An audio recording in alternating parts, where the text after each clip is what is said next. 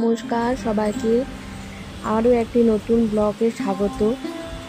আজ হচ্ছে রবিবার আর সকাল থেকে চলছে ঝমঝমিয়ে বৃষ্টি। আর ভাবলাম আজকে একটু চাটা বৃষ্টি দেখতে দেখতে খাই, তো সেই রকমই চা নিয়ে চলে এসেছি। কিন্তু এখন ব্যালকনিতে এসে দেখছি বসবো কোথায়, চেয়ারে এক চেয়ার জল।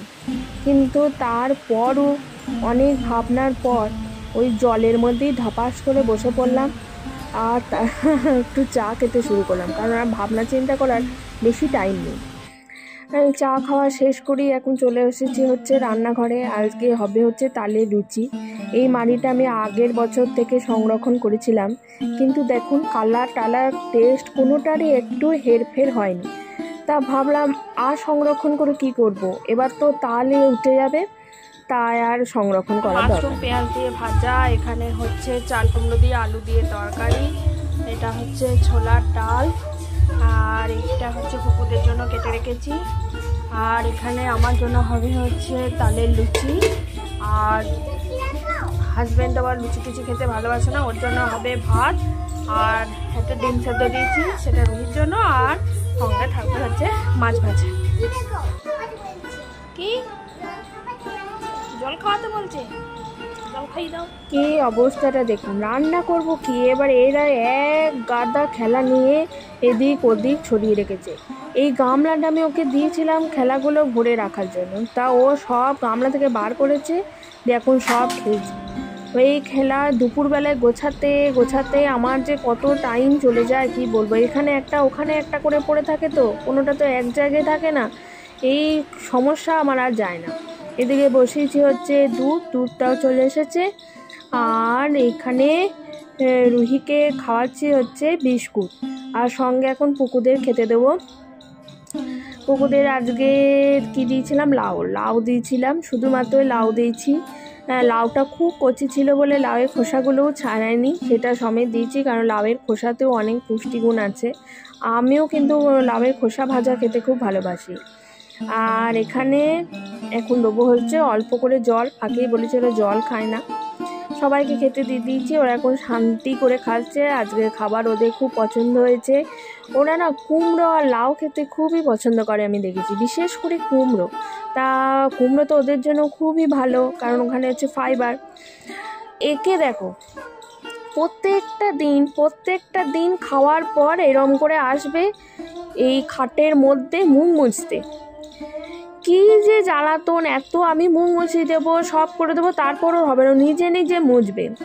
চান টান করে নিয়েছি, এখন চলে এসেছি ঠাকুর ঘরে।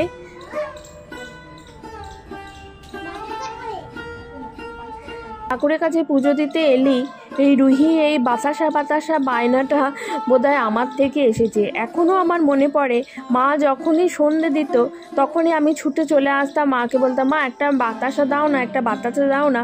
তো রুহিও দেখতে ঠিক সেই রকমই।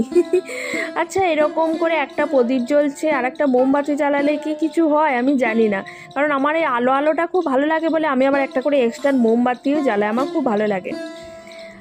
রুহি এখন দেখছে হচ্ছে প্রকৃতি, কিন্তু এত মেঘ করেছে সেই জন্য আকাশ খুঁজে পাচ্ছে না।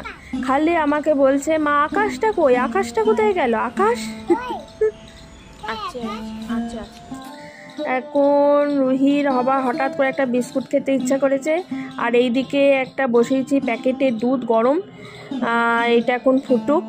আর বলেন না, সকালে দেখালাম না যে দুধ গরম করছি, তা দেখুন দুধটার কি হাল, সঙ্গে সঙ্গে এসেছে।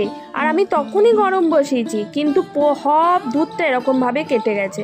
এবার ফেলে দিতেও তো মায়া লাগছে, তাই এই যে ছানাটা সেটা তুলে রেখেছি, দেখি যদি কিছু কাজে লাগানো যায়। একটা সিটি পড়ে দাও, কিনে দাও, আমি সিটি করতে পারবো। বল কিনে আমি সিটি করতে পারবো। সিঁদুর বল কিনে দাও, বল নাই বল।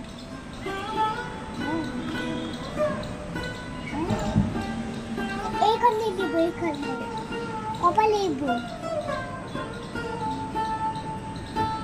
এই যে ওরা এখন মাসিমণির কাছে বায়না হয়েছে যে ওর একটা বর চাই, ওর বর থাকলে ও কপালে সিঁদুর পরতে পারবে। তো কথা টথা বলা হয়ে গেছে, এখন ওকে খেতে দিয়ে দিয়েছি। পায়েসটা খাও, দেখো কেমন হয়েছে। ভালো হয়েছে। না খেয়ে বলে দিলে, খাও খাও। কেমন হয়েছে? ভালো হয়েছে। ভালো হয়েছে, খাও। রবিবার মানে আমাদের বাড়িতে আসে হচ্ছে মাংস, চিকেন। ওই যে আগের চিকেনটা দেখালাম ওইটা হচ্ছে পুকুদের জন্য, আর এইখান থেকে অল্প আর একটু হচ্ছে আমাদের জন্য রান্না করব। এটাও পুকুদের জন্য। আর এখানে হচ্ছে চিকেনের পা। তো এই পাটাকে আমি এখন 30 মিনিট জলের মধ্যে ভিজিয়ে রাখবো, তাহলে সমস্ত নোংরা চলে যাবে। তারপর এটাকে ধুয়ে তুলে রাখবো।